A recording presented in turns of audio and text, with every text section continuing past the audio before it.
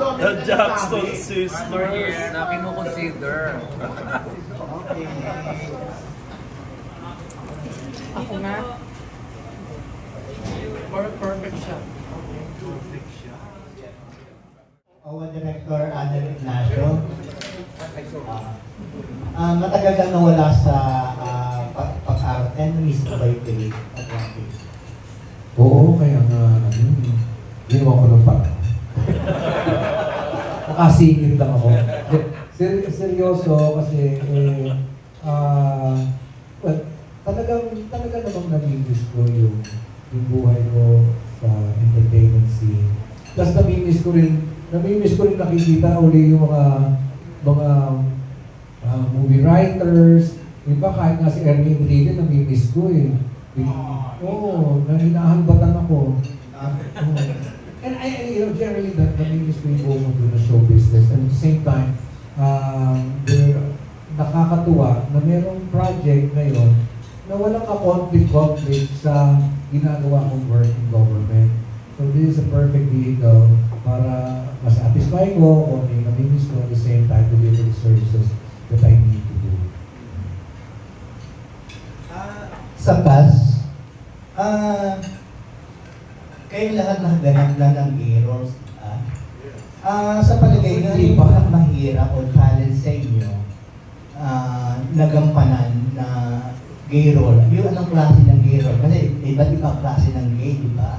Merong landag, merong kaminta, merong screaming fagot. Ano yung sa palagay nyo yung klase ng gay role na sa palagay nyo ngayon bet na bet yung gampanan o hindi pa kaya hindi nyo nagagampanan?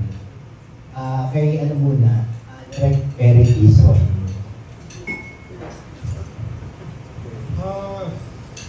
Sa Phyllis kasi, just like what the writer said, Eric, siya yung drama queen, diba? So, ma-arte siya. So, yung character ma-arte siya. So, lahat, mas malaki yung mas expressive. Kasi kung drama queen ka, diba? Mas expressive ka dapat. So, I've done a lot of, well, yung mga nagawa ko with Direct Joel, Puso Mamon, and Happy Together. So, medyo drama queen din yung ano eh. Drama queen din yung si Osmond eh. Yung sa Puso Mamon, may pagka-drama queen din. Kaya may nga binigay sa akin yung Direct yung role na to is because ganun if ever yung role. But syempre, mag-aantay pa rin ako kay Direct kung anong gusto nyo makita dun sa role of Phoenix. Direct Joel. Nakaganap ka na ng iba't ibang klaseng roles. Sa palagay mo, ano ba yung gay role na hindi po nagagampanan na good post great challenge sa iyo? Director ako dito tsaka artista. Ito ang kauna-unahang pelikulang gagawin ko yun. Sa 3 dekada ko na pag-direct ng pelikula, ngayon akong gaganap na artista. At the same time, director. Nakarelay ako dun sa aking mga tao sa ikatatagumpay ng buong kabuuan ng pelikulang ito. Gaganap akong bakla. Gusto ko gumaganap akong bakla sa TV araw-araw. Di ba na? Iba't ibang klase kasi bakla. Si Roda yun. Hindi ito si Roda. Ang aking gagampanan ay magpabuko. Nagawa ko naman yun ng pagkatagal-tagal sa Cavite. Diyos ko, may call commander na ako, di ba? So, hindi yun mahirap sa akin. Ang mahirap sa akin, yung final na nabuko na ako at malayang-malaya na ako naging bakla. Mas higit pa yun dapat kay Roda. Yun ang challenge sa akin. Naintindihan mo na. Thank you. Paano mo gagawin yun? Ikaw yung director at saka kayo mag-aarte. Di papaliwanag ko sa'yo, manood ka muna. Panoodin mo na lang lahat. Oo, director ako at arte. Panoodin mo lang lahat. Hindi ko mapaliwanag sa'yo ng detalye kung paano gagawin. Ano ba ito yung eskwela? Oo ha? Panoodin mo na lang lahat. Thank you.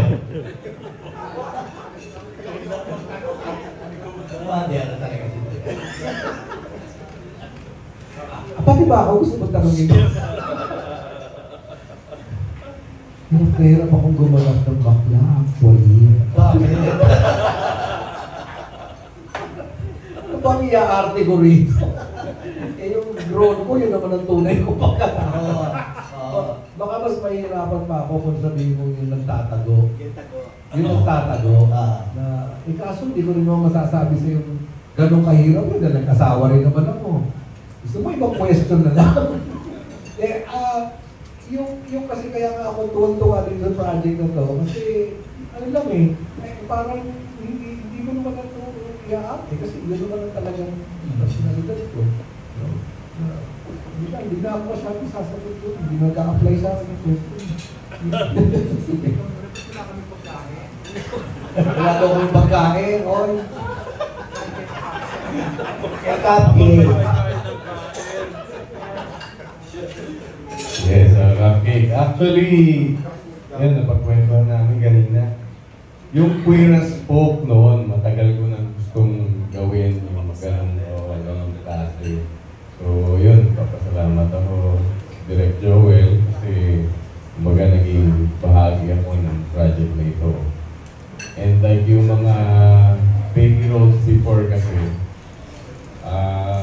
loud siya eh. So, kumbaga, mas parang klaro yung detalye na ano. Unlike ito, kung paminta. So, masarap gawin. Masarap katawagin. Kumbaga, kakaiba dun sa mga ginawa ko before.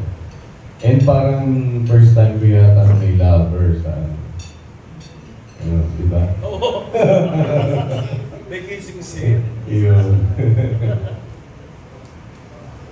Excited at saka exciting ito project. Imagine meron ka ng Eric, meron ka pang Derek Joel, may Arnel ka pa, meron ka pang Gato. Bago to. Halos nagawa ko na lahat ng iba't ibang klase bakta. My last was lockdown. Mostly tough gigs. This time medyo ako moral center, medyo mabait ako dito. Oo, most of the time siga bading. But this time, mabait ako ngayon dito. And this is very challenging. Imagine sa akin natin apat na to.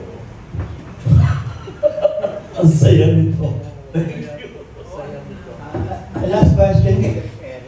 Kung nire-require ka ba ni Direk Joel na may kissing ka sa parehong sex dito sa pelikula?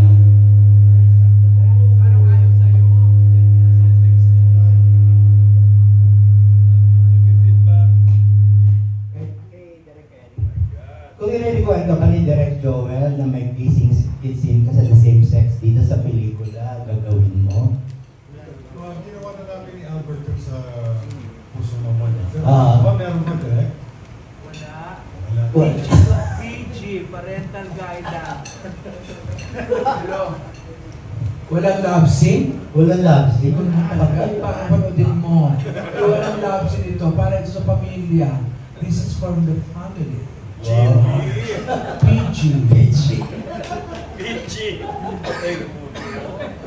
Parang ibagay sa character mo. Yun ang bagay sa'yo. Papatunayan ko sa'yo. Pumunta ka doon sa shooting. Okay ka na. Next question. Jerry ulit. John, paano nabuo yung casting nito? First choice mo ba sila? Yes. Sila ang mga choices ko.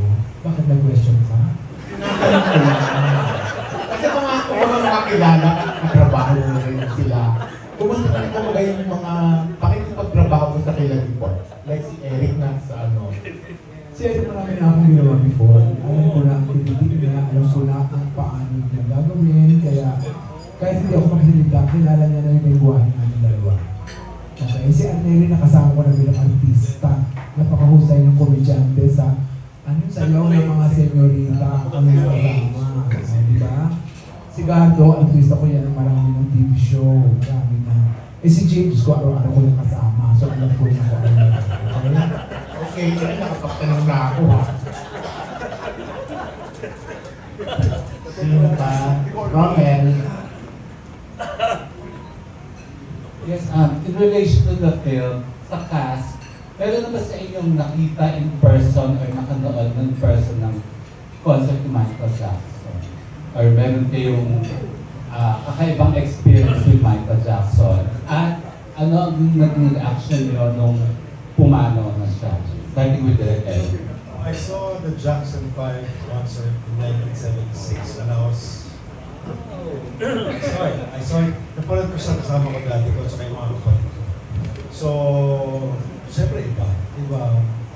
Hanggang ngayon, vivid yung memory ko of that concert. So, siyempre, Michael Jackson yan, di ba? So, nadidinig ko talaga na kumakanta siya na ang taas ng boss niya. Kumbaga parang, even up to now, just remembering it, alam mong magkaka-goosebumps ka. So, yun ang experience ko with Michael Jackson. When he passed away, what was your initial reaction to it? Siyempre sad. Of course, legend yan eh. At siyempre, lahat naman tayo, we all love this music.